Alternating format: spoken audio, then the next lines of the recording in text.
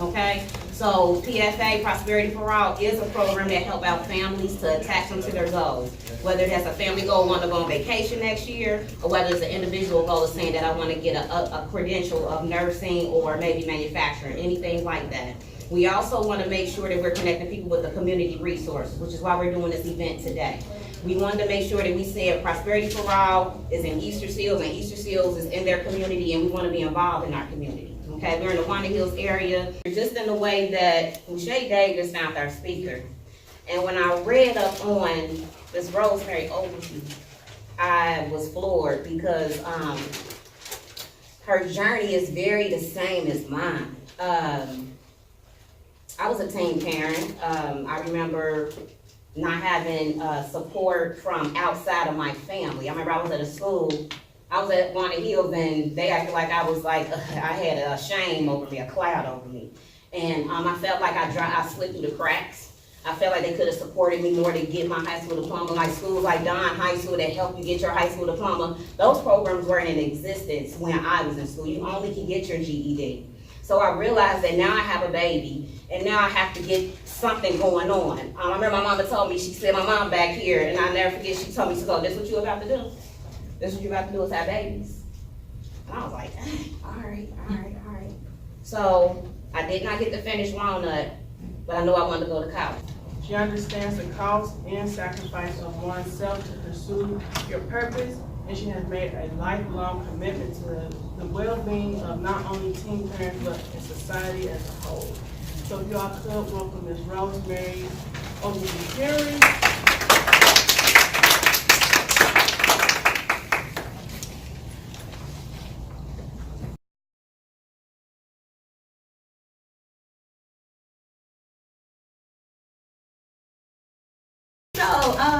Thank you for that super long introduction. I'm so anal, don't I? Like, and then I'm up here in a dress and kicks, like, so they asked me to inspire you today. I don't even know what that means. Like, I find inspiration in so many different things.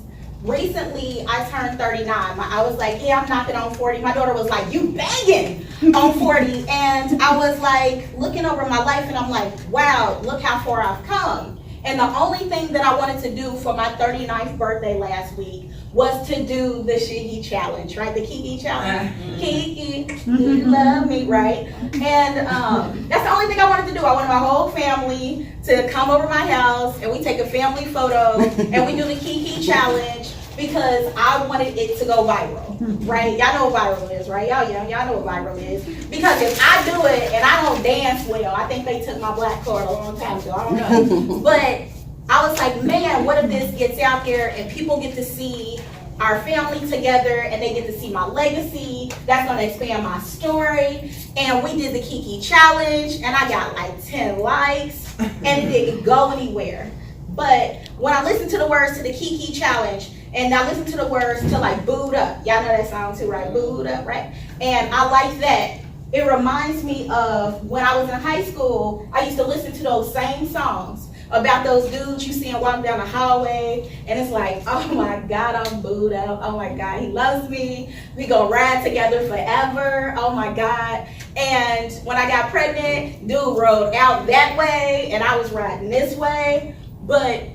And what he also did was, when he rode out, he talked about me, judged me. He treated me horribly, but that wasn't as horrible as the people around me that I thought were my friends. That wasn't as horrible as the community that I thought that would come to my aid because I was a young parent at 16. That wasn't as awful as my mother when she found out that I was pregnant, who, oh my God, I can remember that beating today. Like, y'all see me flinching, like, oh, Jesus. But, you know, when I think back to all of that, I also think back to the strength and the perseverance that I had to have to move forward, to blossom through the concrete. Tupac got a song that says, the rose who blossomed through concrete. When I say that was my theme song, every time I went down, who got a theme song every time they going through something? I know you got a theme. What's your theme song? I'm listening to Tupac. I might about to hold you. Keep your head up. Keep your head up. What's your theme song? It's the Empire soundtrack, the first one with Jennifer Hudson's song, listen to the music. Yeah, I just caught on the Empire. Who else got a theme song? What's your theme song? You don't know? Like you gotta have a theme song, some kind of song that when you walking through those hallways, like every player got a theme song, you got your hustle on, whatever that is, that's that motivation that you need to drive you forward. Every day, you all walk through something. You're going through something. It seems like sometimes every time you get over one hurdle, yeah, something else, like again, barrier after barrier, yes. My theme song is Better Days by Jackson. I just heard that. Yes. Better days, better days. It's like when you get to that better day and you sitting there and you dancing in your glory and you kikiing and you booed up and you doing all of that. Yeah, I know all of that. Just a little bit. Just a little bit, right? But when you're doing all of that and you think that you got to your better day, something else happens. Something else happens, and you have to find something to hold on to. You have to find something to drive you forward. Because I remember, dude drove that away. Remember, family drove that away. Community drove that away. My mother drove that away. But I need to stay moving forward. You heard my bio. I sound so anal. What they don't tell you in that bio, it took me 14 years to get my master's degree. Do you know how difficult that is to stay the course for 14 years? What it doesn't mention in that bio was I did live in income-based housing. I did have to work at the post office for, oh my God, 17 years. I hated it there. If I walked in right now, they'd be like, she was a horrible employee when she was here. But I did it every single day so that I could get the education, so that I could move forward, so that I could raise my daughter up differently than what I did. My motivation was my daughter. My motivation was my education. My motivation was success. My motivation was when he rolled out, when I roll forward, I want to roll forward in a Benz or a Beamer. Because guess what? Your life is platinum. You're platinum. And each one of your struggles can only elevate you. You either learn from it, or you gain some type of strength behind it, or you use those failures as motivations. I always live by the creed, I fail fast, right? I fail fast. When I fall so hard, oh my God, right? It can leave me bedridden for weeks. I remember a few months ago, I had a gala, thousands of dollars I spent on this gala, right? And like, I thought like 2 people bought tickets. I was like, oh my God, where was all my friends? Where was all my support? But I didn't give up. I'm a brand new nonprofit that supports teen parents. Why do I do it? Because when I look back to all those people riding this way, I remember the couple of people, Miss Harper, and I remember Miss Elaine, and I remember a couple of teachers that were male teachers that just was like, you know what, Rose? Sometimes you have to walk around the wall rather than through it. Do you all know what that means?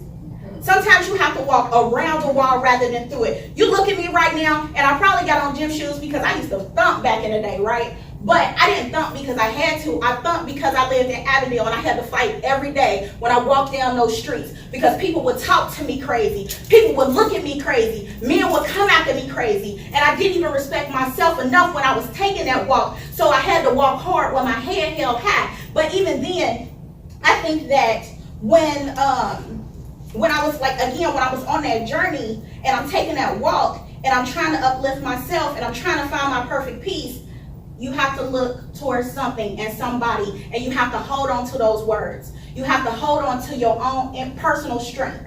You have to find that internal strength when you can't find it through somebody else, when you can't even look forward. Like some of you you're sitting here today, and I can appreciate y'all coming to get book bags, and it's hard. One thing that I learned is I had to humble myself a lot of times when I had to ask for help.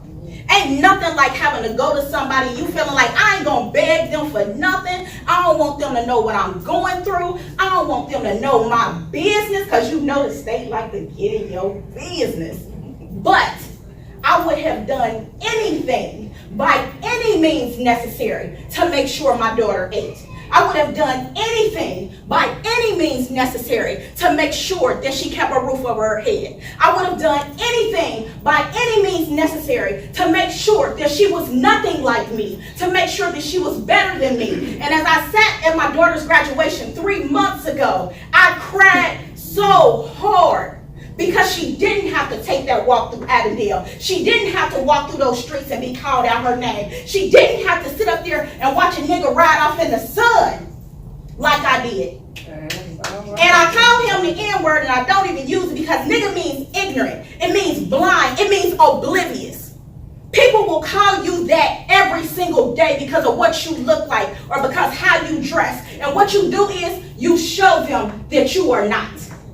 You are platinum. Your lives are platinum. Your lives matter. Not black lives, not Hispanic lives, all lives. And I don't even care about all they lives. I care about my life. And whatever I have to do, whatever you have to do, you ride. Sometimes you fall off, right? You go into school, you trying your best. You go into these programs, transportation happen, and just things start to happen. Sometimes you get off course. I tell you this. So somebody asked me the other day, how do you stay on course when you feel like you keep losing? Hope. People like, I can't believe in hope. Sometimes all you got is hope. Sometimes all you got is hope. Sometimes all you got is to be able to get on your knees and be like, Lord, I know you ain't been hearing me all this time. But guess what? Hear me today. Hear the cries of my children. Hear the cries of my heart. Hear the cries that I'm going through every day. And I'm taking these strides to be better and do better because it's written what you're supposed to do. And that's why I say all of your lives are platinum. All of your lives are fulfilled and are made to be great, but it is the choices that you make. And you're making a choice here today just to be able to humble yourselves and say, I need help. In your package, you got all kinds of support. Utilize it. These people aren't judging you. They're here to help you. We are all servants because that's what we're brought here for. I didn't start Rosemary's Babies because, oh my God, I want to make a lot of money. It's not a problem. I got no money. I started Rosemary's Babies because when I got here, I wanted to reach back and say, sometimes it just made a difference in my life for somebody to just listen to me and tell me, Rose, everything is going to be okay. Today, I am telling you as you sit here, and you might be going through so much stuff, and it's costing you time, and you're thinking about other things while you're sitting here, how we going to eat tomorrow, how we going to get transportation, how am I going to get the other $50 on this rent, because I don't got nobody to call. What I'm going to tell you is this, it's hard right now, but everything will be okay. Hope, trust, strength, and internal love. It is intrinsic. You have to love yourself. Love yourself beyond your pain. Love yourself beyond who you are. Love yourself for your children. Love yourself for your mother. Because when you walk out here, the world you're right, it's against you. It's hard as hell out here. I'm here to tell you. But guess what? You have the power to succeed. You have the power to elevate up. You have the power to sit there, what they say, are you riding? Say you're never going to leave, right? You got the power to ride out in such a glorious and just magnanimous just way. So, with that, I'm supposed to talk about education. Education is vital. I remember my grandmother, her name is Rose too, that's why I'm named after. My grandmother Rose got her high school diploma when she was 36 years old. Why? Because she became a mother at 14 years old. But she got her diploma at 36 years old. She was a maid until she retired at 80. My grandmother owns her home. She sit on her porch every day. If you roll through Evanston, you're going to see her because she's going to yell at you. But I say that because the one thing she told me is education is something that they can't take away from you. Education is a tool especially for those that are economically challenged, economically disadvantaged, and that's how they claim that you are. Education is the one thing that you have to battle this system. When you walk into that job and they try to fire you because you didn't know that there was a policy, because you didn't read the handbook, because you were uneducated. You understand what I'm saying? Education is something where you can fight for your children when they say that your children need to be on IEPs, and if you don't put your child on an IEP, then your child can't go to that school because there are disturbances in the classroom. You have the education and the tools to be able to go out here and have the knowledge to be able to go out here and get the assistance and support that you need. Education is vital. It is important. It influences every decision and every policy, and even on your roadmap to success. You're going to need that education to be able to get there, because you're going to have to know how to read the signs sometimes. Because when God sends a message, he don't send it with a pretty bow. Oh my God. You praying for it, you think it's going to come like, oh Lord, I pray for these gym shoes, God going to send them to me with a bow. No, he going to make you work for it. He going to make you ride for it. He might make your mama work 15 hours for it. But guess what? You're going to get it, because guess what? As long as you're doing what you're supposed to do, as long as you're educating yourselves, as long as you're loving yourselves, as long as you're using your internal strengths, as long as you're using your gifts, everything will be okay. I got nothing else.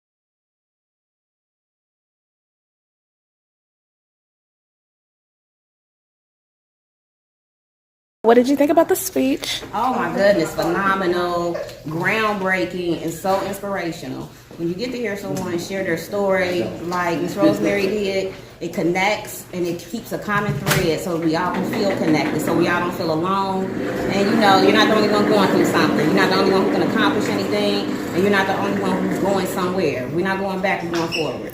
Thank you.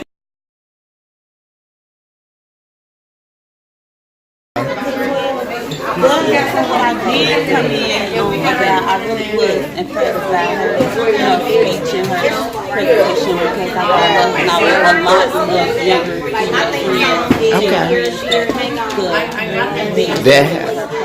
Good. And I like that they